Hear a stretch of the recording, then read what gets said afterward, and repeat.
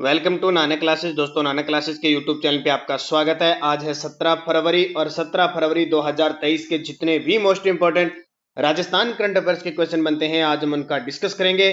पूरा वीडियो ध्यान से देखना और लास्ट में मैं आपसे क्वेश्चन पूछूंगा जिनके जवाब आपको कमेंट बॉक्स में देने हैं। तो स्टार्ट करें आज की क्लास। सारे विद्यार्थी एक बार वीडियो को लाइक कर दो, शेयर कर दो। अगर आप चैनल पे नए हैं तो इसको सब्सक्राइब कर लो। आज हम पढ़ेंगे राजस्थान में विश्वकर्मा कामगार कल्याण योजना, राजस्थान फिल्म पर्यटन प्रोत्साहन नीति 2022। रोज मैं 1 से 2 नीति आपको करवा रहा हूं क्योंकि एग्जाम में लगातार पूरे तथ्य के साथ पूछी जा रही है। और मेजर शैतान सिंह शहीद स्मारक व म्यूजियम का निर्माण, तो इनके बारे में हम चर्चा करेंगे। डेली लाइव क्लास आपको रोज अब 8 बजे मिलती है। वीकली संडे के दिन क्लास मिलती है और महीना खत्म होने पर जैसे आपको जनवरी की मिल गई।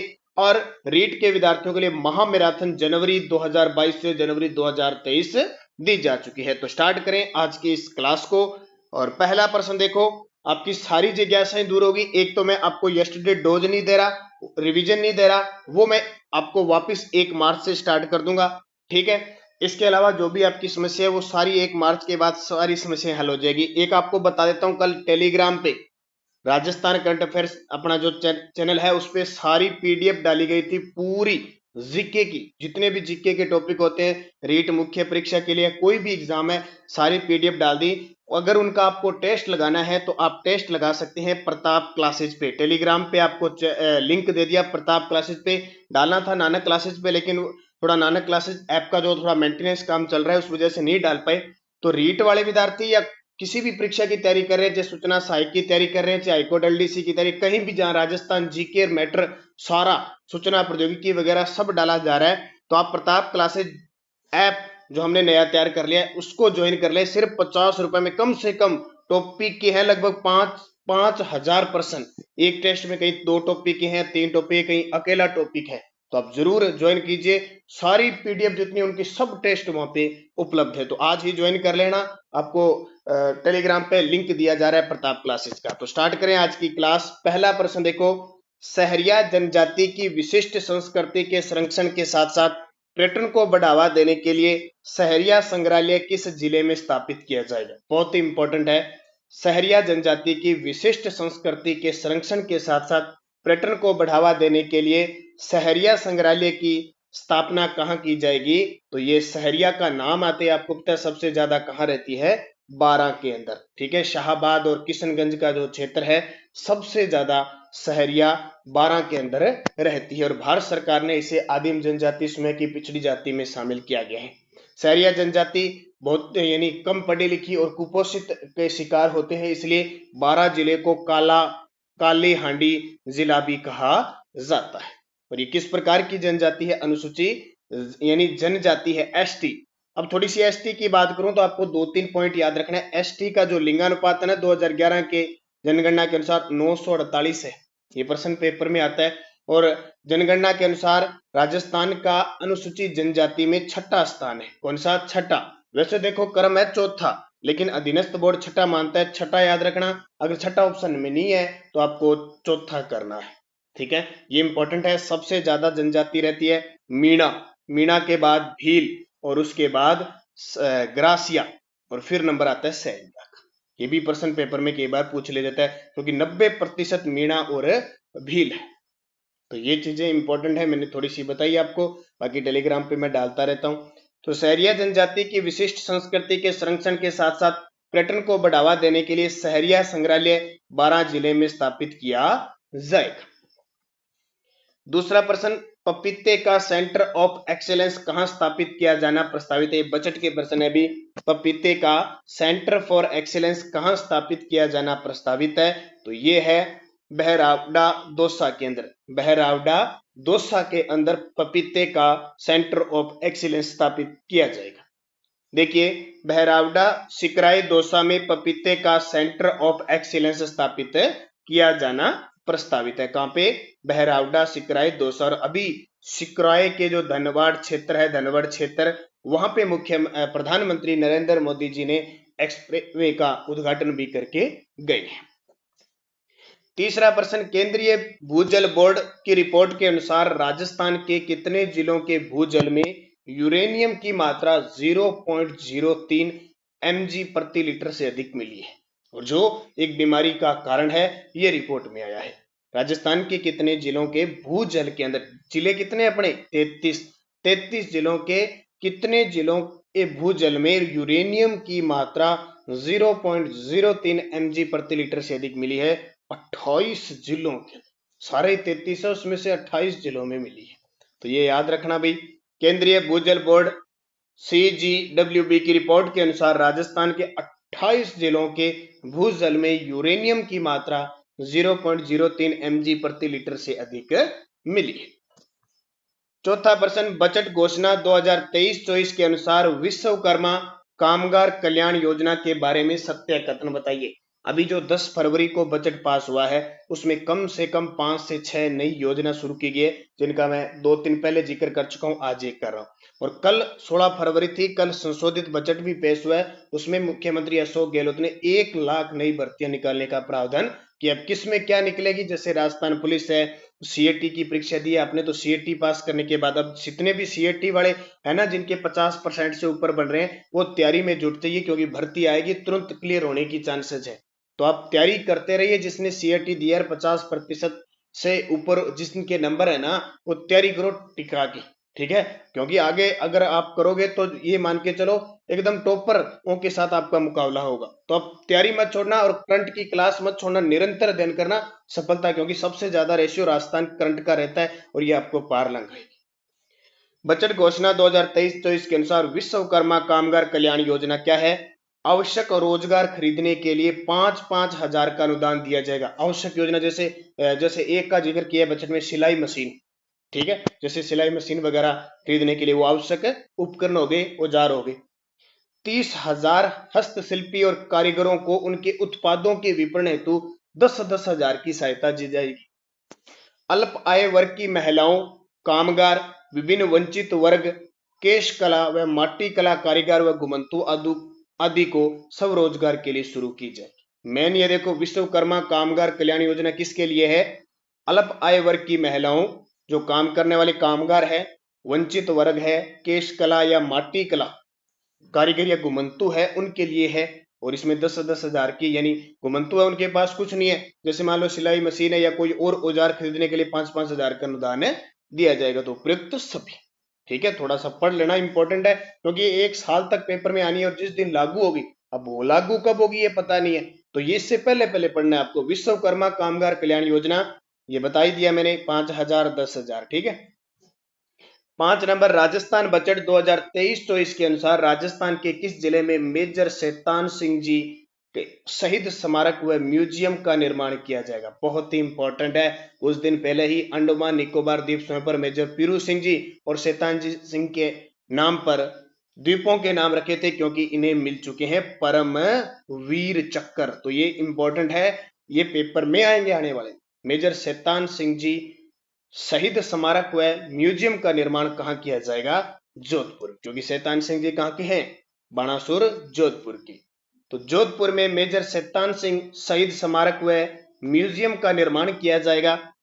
इसके अलावा और देखो बजट में क्या है, सिक्कर में सैनिक सदन में महिला कौशल विकास केंद्र स्थापित किया जाएगा। जयपुर में Rajiv Gandhi centre for IT development and e governance स्थापित किया जाएगा।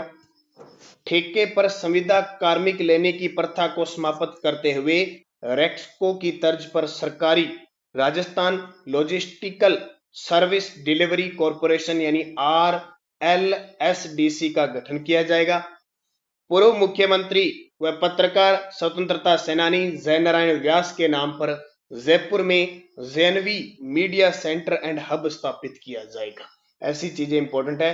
3-4 यूनिवर्सिटियां विश्वविद्यालय स्तर पर बनाने की घोषणा की है, जैसे कोटा संभाग के अंदर बनाई जाएगी, आपके कोटा संभाग के अंदर बनाई जाएगी माइनिंग वाली, ठीक है। और जोधपुर में दिव्यांग वाली एक मारवाड़ मेडिकल इस प्रकार विश्वविद्यालय, वो जोधपुर में बनेगा। इनकी चर्चा मैं कई बार कर चुका हूं और भी करेंगे। तो जयनारायण व्यास, जिन्हें मारवाड़ का गांधी कहते हैं, 2 बार राजस्थान के मुख्यमंत्री रह चुके हैं, एक बार मनोनीत और दूसरी बार मनोनीत व निर्वाचित। तो ये चीज भी आपके लिए इंपॉर्टेंट है। छठा प्रश्न देखिए, ये चीजें आपके लिए बहुत इंपॉर्टेंट है, स्पेशल दिए और एक आधा पेपर में आ रहा है लगातार। राजस्थान एमएसएमई नीति 2022 कब जारी की गई? तो जिस दिन राजस्थान हस्तशिल्प नीति जारी की गई थी उसी दिन 17 सितंबर 2022। तो राजस्थान हस्तशिल्प नीति के साथ ही 17 सितंबर 2022 को राजस्थान एमएसएमई नीति 2022 जारी। एक तो ये याद रखें। अब इसमें प्रावधान ज्यादा पूछे जाते हैं। राजस्थान में 20,000 नई एमएसएमई इकाइयां स्थापित करने की परिकल्पना की गई है। 9,000 एमएसएमई उद्यमों को सुविधा दी जाएगी। इस नीति में 18,000 करोड़ रुपए के संकीर्ण निवेश और 1 लाख व्यक्तियों के लिए रोजगार का लक्ष्य रखा गया। सरकार ने इन इकाइयों के से निर्यात में 20% की बढ़ोतरी और निर्यात नीति अवधि में 1 लाख करोड़ रुपए पहुंचाने की परिकल्पना की है। निर्यात अवधि में 1 लाख करोड़ रुपए पहुंचाने की, इकाइयों से निर्यात में 20% की बढ़ोतरी की, 18,000 करोड़ रुपए के निवेश की लक्ष्य रखा गया है। 9,000 एमएसएमई उद्यमी को सुविधा दी जाएगी। अब ये सोचते हैं ये क्या प्रश्न है, ये क्या प्रश्न है? पेपर में कथन में यही प्रश्न देता है। अभी मैं दिखाऊंगा अगला एक नीति हो रहा है, उसमें देखो वो फर्स्ट ग्रेड में प्रश्न आया हुआ है, तो ये याद रखना। ये देखो ये प्रश्न आया हुआ है इतना डिटेल से सारा, और इसमें क्या बताना है देखो, निम्नलिखित में से कौन सा तथ्य राजस्थान फिल्म पर्यटन प्रोत्साहन नीति 2022 का हिस्सा नहीं है? जब जब सरकार नई नीति घोषित करे उसको अच्छे तरीके से, जैसे कल मैंने आपको बेघर पुनर्वास नीति 2022 जो 3 जनवरी 2023 को लागू हुई थी, मैंने आपको डिटेल से बताई थी। कोई भी प्रश्न आ सकते, देखो हिस्सा नहीं है, इसने कहा नहीं है। आवेदन के 15 दिनों के भीतर सभी मंजूरी और अनुमति प्राप्त करने के लिए एक डिजिटल पारिस्थितिकी तंत्र। अब देखो क्या पूछ रहे, आवेदन के 15 दिनों के भीतर जितनी भी जो नीतियां जो भी काम है इसमें सभी मंजूरी और अनुमति प्रदान करने के लिए एक डिजिटल पारिस्थितिकी तंत्र। फिर इसने पूछा राजस्थान पर्यटन विकास निगम और राजस्थान राज्य होटल निगम की संपत्तियों में आवास पर 30% की छूट। तो ये असत्य था, क्योंकि 30% की छूट नहीं है, 50% की छूट है। नीति के निर्धारण मानदंडों को पूरा करने वाली परियोजनाओं के लिए 2 करोड़ तक का अनुदान, ये सही है। फिल्म व टेलीविजन संस्थान की एक शाखा राजस्थान में खोलने के लिए राज्य सरकार भारत सरकार के साथ समन्वय स्थापित करेगी, ये भी सही है। तो 2 नंबर, यानी कहने का मतलब जब भी कोई नीति आ गई पूरा फोकस रखो, उसको अच्छे तरीके से लिख लो, कोई भी पॉइंट पूछा जा सकता है। तो राजस्थान फिल्म पर्यटन प्रोत्साहन नीति अप्रैल 2022 में आई थी। राजस्थान पर्यटन विकास निगम और राजस्थान राज्य होटल निगम की संपत्तियों के आवास पर 50% की छूट होगी, न कि 30% की। तो वो अपने आप गलत हो गया। तो ये 2 आपको नीति दी आज, अच्छे तरीके से इनको पढ़ना, निरंतर अध्ययन करते रहा करो, लगातार पढ़ते रहोगे, अध्ययन करोगे, फिर सफलता मिलेगी। खेलो इंडिया यूथ गेम के 5वें संस्करण में राजस्थान 18 पदक जीतकर 48 पदक जीतकर कौन से स्थान पर रहा? चौथे। याद करना बड़ा सरल है, गोल्ड 19 और कांस्य 19, 19 दूना 38 और 10 बीचले वाले रजत। ठीक है, टोटल हो गए। अब आपके लिए क्वेश्चन जिसका जवाब आपको कमेंट बॉक्स में देना है। किस जिले में विज्ञान केंद्र और तारामंडल यानी प्लेनेटेरियम का निर्माण किया जाएगा? भरतपुर, कोटा, सीकर, जयपुर। पिछले वीडियो का क्वेश्चन क्या था? जाला हवेली या जाला महल कहां पे है? कोटा। नाम से पता लग जाएगा, जाला जालिम सिंह की हवेली। ठीक है, जाला जालिम सिंह की हवेली है। किस संस्था ने अछूतों की शिक्षा के लिए चूरू में कबीर पाठशाला स्थापित की? सर्वहितकारिणी सभा। किस चौहान वंश के शासक ने प्रताप लंकेश्वर की उपाधि, ये खतरनाक उपाधि है भी, प्रताप लंकेश्वर की उपाधि सोमेश्वर चौहान, ये वही सोमेश्वर चौहान है जो पृथ्वीराज चौहान तृतीय के पिता थे। 1170 में इनके काल में बिजोलिया शिलालेख गुणभद्र के द्वारा रचा गया। राजस्थान में खेतड़ी कॉपर कॉम्प्लेक्स भारत सरकार द्वारा किस वर्ष स्थापित हुआ? 1967 में। और पहरानवा व तन्ना विवाह किस जनजाति से संबंधित है? ग्रासिया। ये 5 क्वेश्चन सेकंड ग्रेड संस्कृत विभाग में आए। नेक्स्ट रोज आपके लिए, किसने जयपुर में नाथों का प्रभाव समाप्त करके रामानंदी भक्ति परंपरा स्थापित की? ये भी सेकंड ग्रेड संस्कृत विभाग में आए हुए हैं। क्रांति 1857 की क्रांति के समय झांसी की रानी लक्ष्मीबाई और तांत्या टोपे को धनराशि देकर किसने सहायता की? भारत सरकार ने 5 जनवरी 1949 को सिरोही का प्रशासन किसे सौंपा? जनगणना 2011 सर्वाधिक जनसंख्या वृद्धि वाला जिला।